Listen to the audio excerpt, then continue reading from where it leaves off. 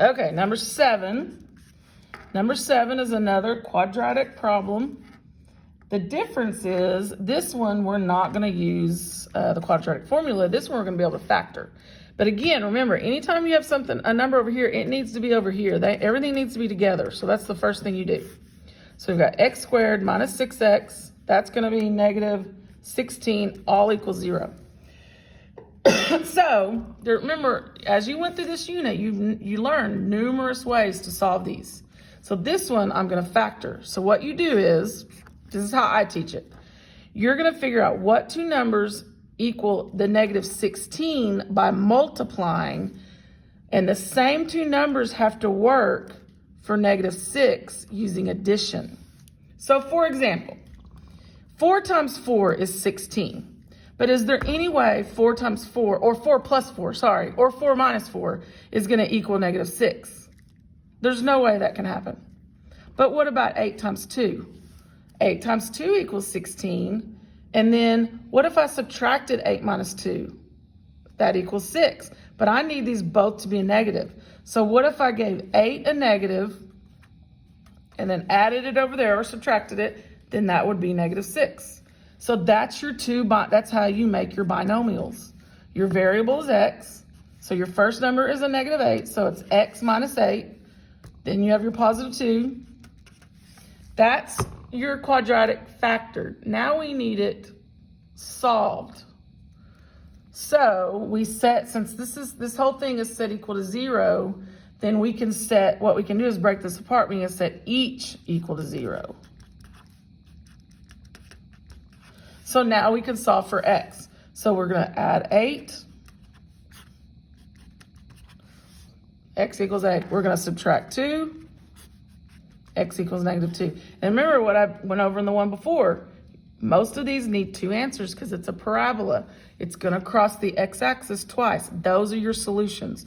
Wherever the parabola crosses the x-axis, that's your solutions to these. Okay, so that was number 7. Okay, so then you ask about number 8. Number 8 is another one that is a quadratic. This one, we're going to go back to using the quadratic formula.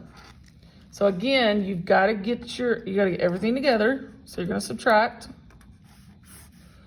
So 3x squared minus 18x, that'll be negative 42 equals 0. So now this is in perfect standard form. And now you can see where A, B, and C is. So to remind you, this is your quadratic formula. Whoops. Put the 4 too soon.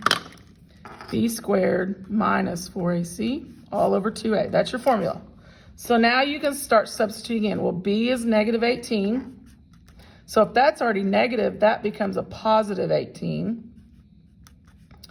Then under here, you're going to do negative 18 squared minus 4. A is 3. C is negative 42. And that's all over 2 times A, 2 times 3. I'm going to go ahead and just change it to 6. So now I'm going to do what I did earlier, and I'm going to put it in the calculator. So I'm going to do radical. So second and the x squared button. So then I've got parentheses. You got to do parentheses on this because you have a negative number. Negative 18. Then you're going to square that. Where's my square button? Then it's minus 4 times 3 times, parentheses again, negative 42. And that's what it's going to look like. Enter. And see, it simplified it and everything for me. So 6 radical 23 is what that all equals. Plus or minus 6 radical 23 all over 6. So now we're going to do what we did on the other one. We're going to separate these out. So 18 over 6 plus or minus 6 radical 23 over 6. And then you always, this is algebra 2 now, you always reduce your fractions.